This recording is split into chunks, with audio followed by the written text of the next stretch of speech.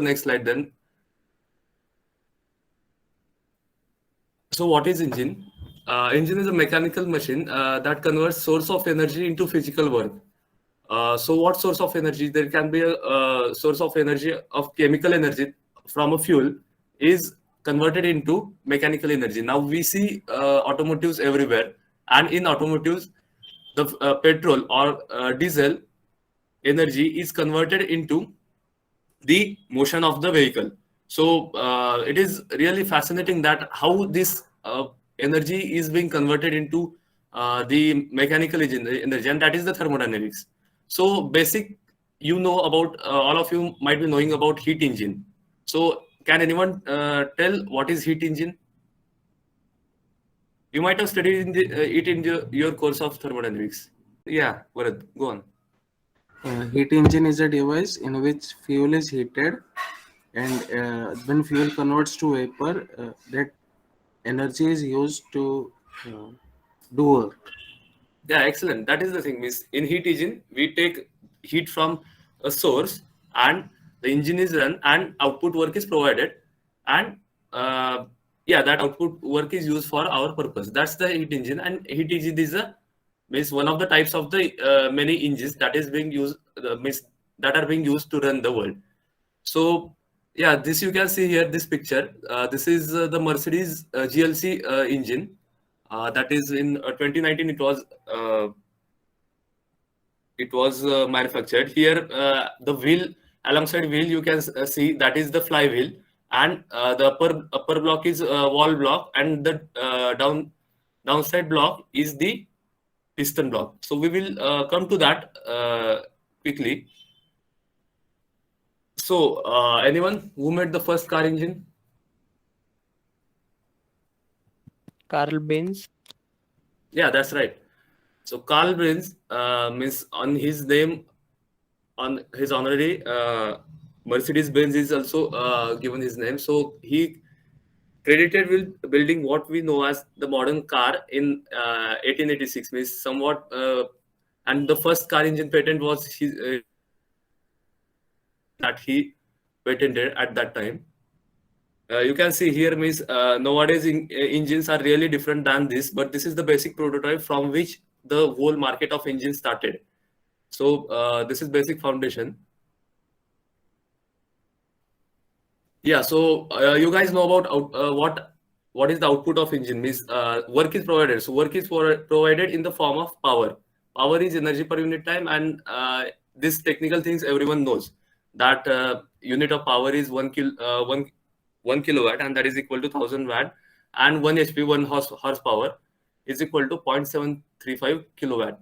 This is the output of engine. 1 horsepower means when a horse is tied, resists the 33 kilo lbs load for a distance of 1 foot, then the power provided by that horse is 0.735 kilowatt. That is the 1 horsepower. Got it? Now this is typical characteristics of curve of an IC engine. So we see that output of engine is power, and power is nothing but torque into RPM. So what an engine gives is it gives the rotational power or rotational strength to any mechanism, and that starts rotating from there. So there is a crank which rotates, and the crank rotates at the some torque and some power, and that torque into torque and RPM, and that torque into RPM is nothing but power. So this is curve of an typical IC engine, and you can see here as the power, as the RPM is increasing from 3200 RPM, you can see as the RPM increases, torque decreases. And before this is kind of a little bit deep thing, and you will come to know this when you will be having course of IC engine. Just you have to keep the thing in mind that when torque increases, RPM should decrease, and when RPM increases, torque should decrease. Yeah, so this is now already all are bored a lot, and still this is one more boring thing, and yeah, there are a lot more to come. So this is classification of engines, and this is inexhaustive. Means there can be other types too, but I have included this only that are the means mostly seen and commercially successful. So first one is thermal engines. As whatever the examples we saw that were thermal engines, that is in IC engine, internal combustion engine, IC engine that we use in our automotives. Then there is external combustion engine. External combustion engine means you might have listened a lot about steam engine. So steam engine is an external combustion engine, and there are reaction engines. Can anyone tell me where the reaction engines are used? Any idea? Okay, so reaction engines are used in jet or aeroplane, whatever that steam turbine, gas turbine is there, used in reaction engines, used in aeronautic. That is the reaction engine. Next are electrical engines and physical engines. That I really don't know much about that, and these are the kind of types of that. That is magnetic, piezoelectric, electrostatic. Then the means physical engines, clockwork engines. You might be knowing in your daily clock there is means earlier if you have seen saw the old clocks, in that there used to be this mechanism of physical engines that is clockwork engines. Means you used to give it windings, and then it used to be working in working stage for 1 or 2 days. So that is the physical engine. Yeah, so as I said, external combustion engines are nothing but the steam engine, and everyone knows what steam engine is. This is the schematic of steam engine. Yeah, so here water is heated, that is converted into steam, then that steam rotates the turbine, and due to the rotation of turbine, means the shaft of generator is coupled with turbine, and here generator rotates. After generating of means through generator, electricity is generated. That can be AC or DC depending on the type of generator, and that is then supplied to the main power station, and from there to the household and the commercial supplies. Yeah, this is all about external combustion engine. Now next is reaction engine, that is jet engines, that are also called as gas turbines. You can see here aeroplanes and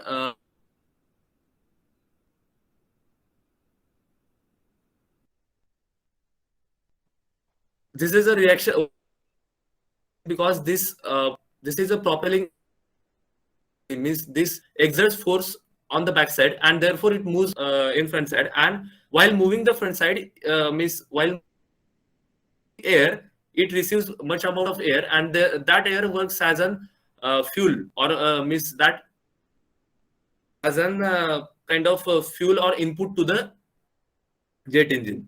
So this is the theory that means maybe you might have seen that there is a theory of thrust, then there is a theory of lift forces, drag forces. So all that combinedly are used in aeronautics, and to give the power or to give the lift to the aeroplane. Yeah, so anyone can tell me this, how does impellers of gas turbine get affected by pressure change?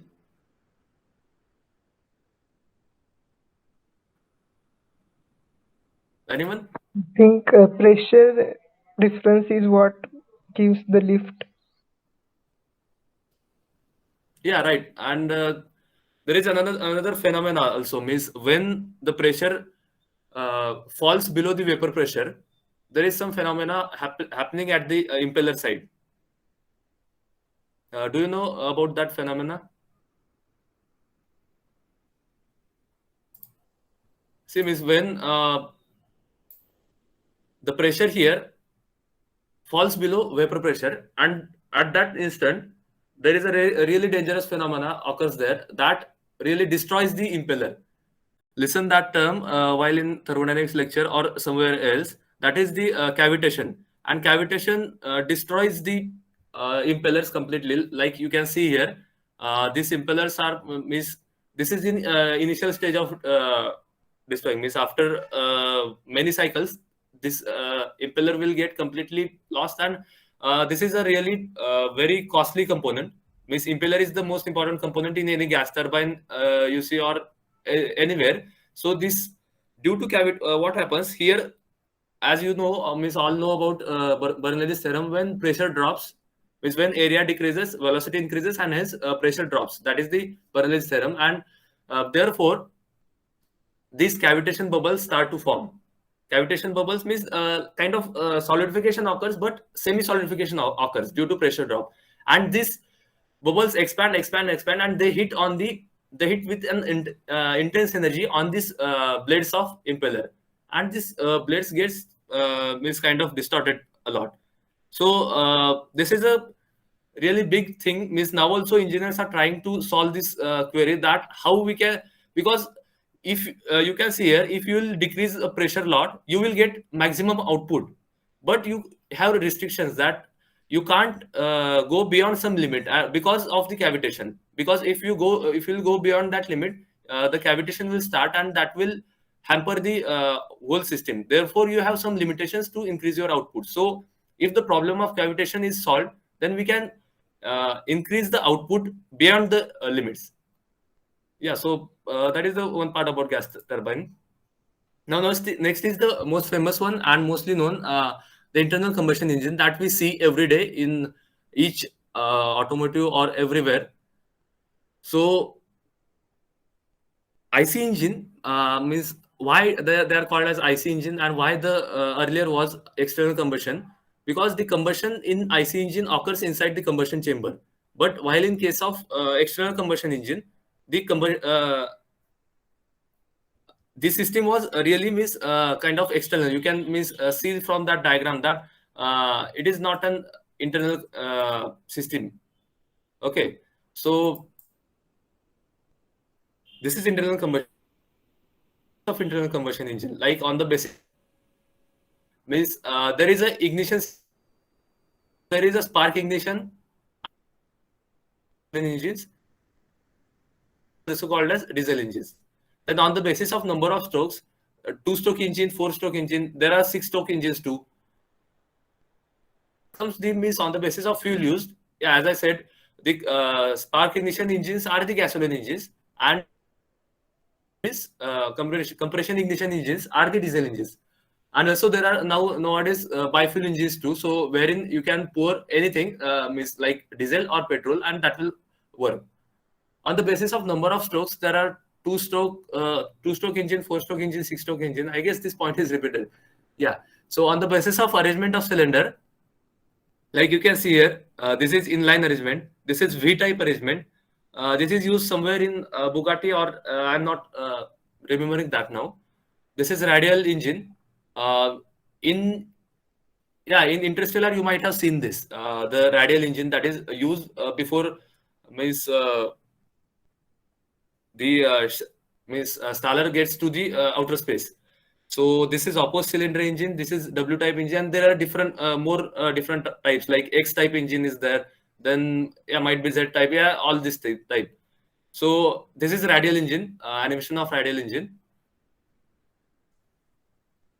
Yeah, next is what we have generally in our vehicle, in most of the vehicles, that is petrol engine. And the petrol engine is also called as spark ignition engine. Why is it called as spark ignition engine? So that will come next. But before that, remember that the self-ignition temperature of petrol is 300 degrees Celsius.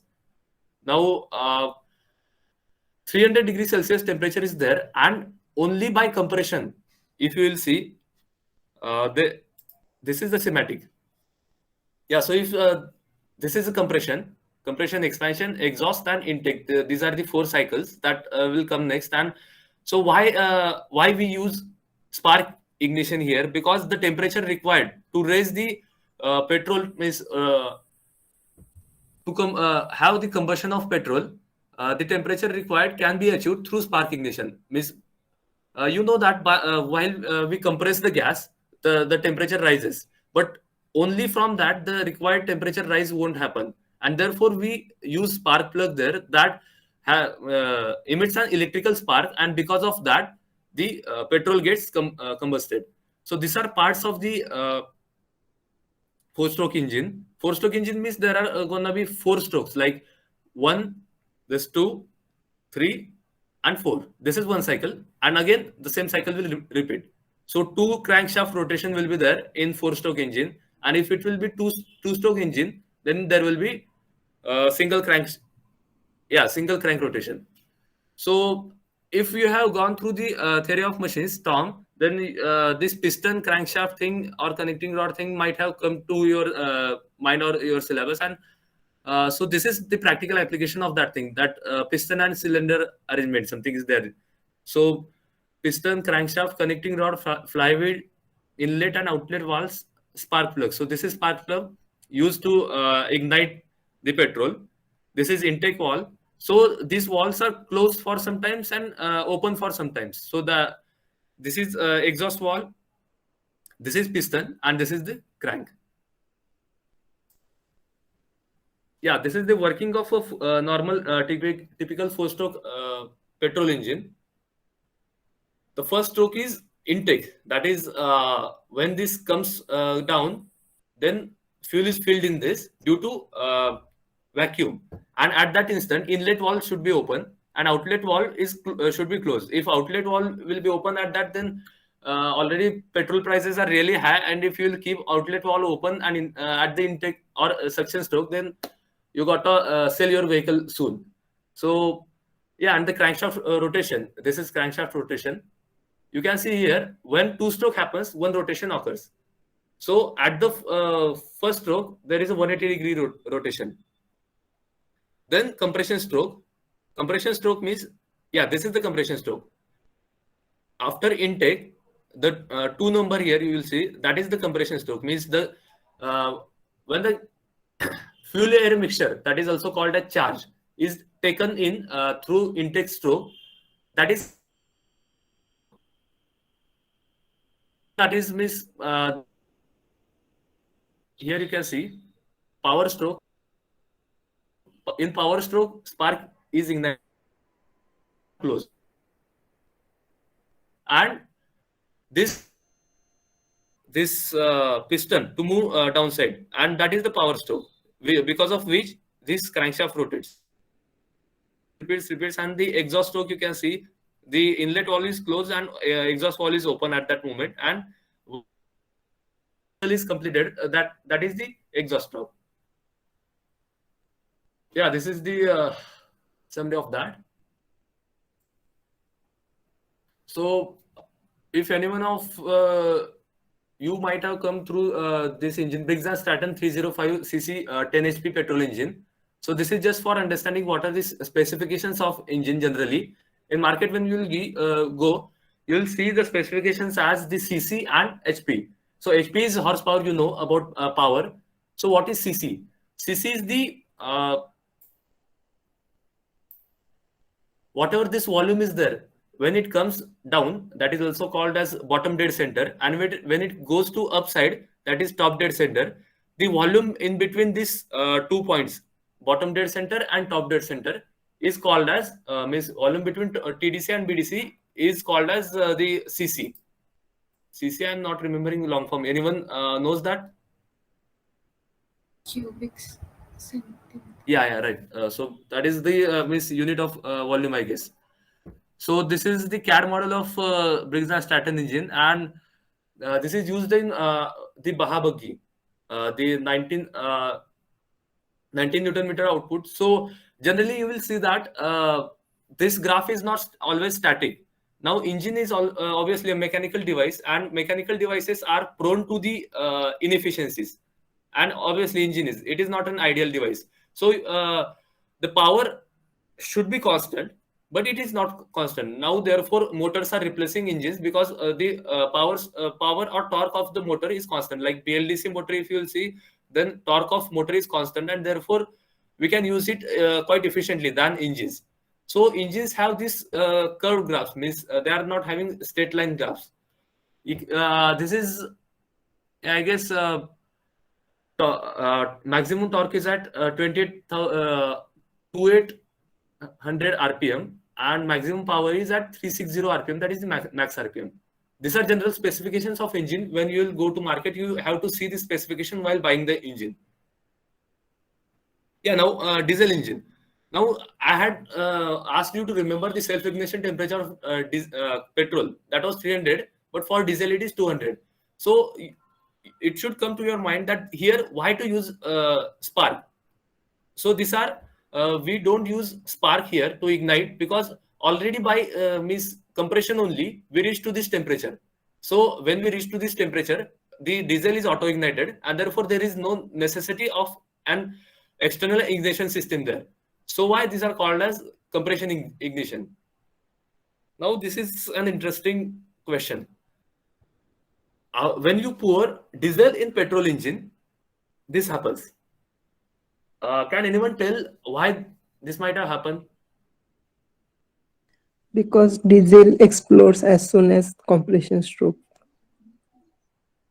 Yeah, but why it explodes? Means generally in IC engine there are infinite number of explosions, but this is a really big explosion, and this has In happened. diesel engine, the explosion The starts at any self-ignition point inside temperature the of chamber. diesel is low. For higher temperature. Yeah, absolutely. Means in case of petrol engine, there is a spark ignition system. Now, when you will pour diesel into it, obviously diesel is already prone to miss. It can get self-ignited at the temperature of 200 degrees Celsius. But now you are adding the spark into it. Means the temperature will rise more than 300 degrees Celsius. Means for petrol engine, it is expected that the combustion chamber temperature should be more than 300 degrees Celsius. But you are pouring diesel into it. So for diesel, it wasn't necessary to give it the spark ignition, but you have given it. So for this much temperature, means diesel will explode like anything, and that depends on the scale. Means how much you are pouring. If you will pour a whole 200 rupees diesel, now I guess that might be just 2 liters. So whole pouring, then you should. So that can be a problem. Question: what would have happened? Poured petrol in diesel engine. Nothing, no spark will takes place. Are you sure? Don't try. Already petrol is so expensive, and if you more than petrol, the yeah, actually nothing will happen. Means because petrol auto ignition temperature of petrol is 300, and in diesel through compression only 200 is reached. So yeah, therefore there won't be any severe thing. Yeah, but if there can be a severe thing if the compression ratio is so higher. Compression ratio means if the temperature rises more than 300, then that there can be problem. But that is not problem with most of the diesel engines. Yeah, what happens if the engine gets too hot? What system can be done to get rid of this problem? You might have listened the term radiator. Have you? Yes, we have. Yeah, so that comes into play here. When engines get very hot because of the expanding fuel and the pumping distance, if they get too hot, they will overheat and burn up. A radiator runs coolant to keep the engine cool, and exhaust system releases the spent fuel. So this is that system. This radiator, this is kind of means you have seen the exhaust fan. This is the opposite of exhaust fan. This fan rotates and means sucks the air outside, that is the cool air, and there is a coolant too. So as there is a coolant and outside air is there, so whole system gets cooled. So on the basis of this also there are other means different types of engine, like externally cooled engine, internally cooled engine. Then yeah, different types are there. Means I also literally don't know much about that. Yeah, and here comes the sensitive thing that nowadays means you might be feeling before choosing this topic. I also had this question that really are engines going to exist? Because there are certainly many outputs of engine, and world is running on the engines, but there are some things also that should be considered while using this, and this is the stats and everyone knows these stats and all these things that due to engines, the exhaust of the engine, the pollution is occurring, and global warming and all those things, means CO2 emissions, all that. So what should be the option? See, there can't be complete extinction of engine, because engine is the base of any machine, and therefore you can't completely rule out engine. So the better option is to decrease the emission, or means net zero emission, I won't say, because that is not possible with engine, but you can decrease the toxicity of the emission, means the gases that are going out of the exhaust, NO2 gases, and there are special systems for that. Nowadays means companies are establishing special systems on exhaust, and people are working on it, so we can have new ideas, and through that we can save our engine from ruled out. So yeah, but actually electrical cars are the necessity now. Means electrification is necessary because yeah, they are not so heavy. Means they can't be used for heavy output or heavy load yet. But there is a scope that means people will start using the by 2030 people will mostly start using for household things the electric vehicles, and by 2040 or 2050 so the heavy vehicles will be based on the electric cars. So are the engines going to extinct? What do you think? Now, if everywhere electrical cars will be there, then will engines extinct? Anyone? I think Certain space and aviation sector still requires engines. Okay, and what if we use batteries or motors there also? There can be that technology, or isn't it possible? Okay, actually, we can't say anything what future technology will come, but there are many engine technologies too. So if we enhance our engine, that can sustain the market as long as possible. Because you see, adaptability is the means thing also should learn. So these are some of the engine technologies like Camel engine, Curse, means kinetic energy. So when we energy is dissipated in the form of thermal heat, that is the disordered form, and we can't use that again. So KER energy to have output.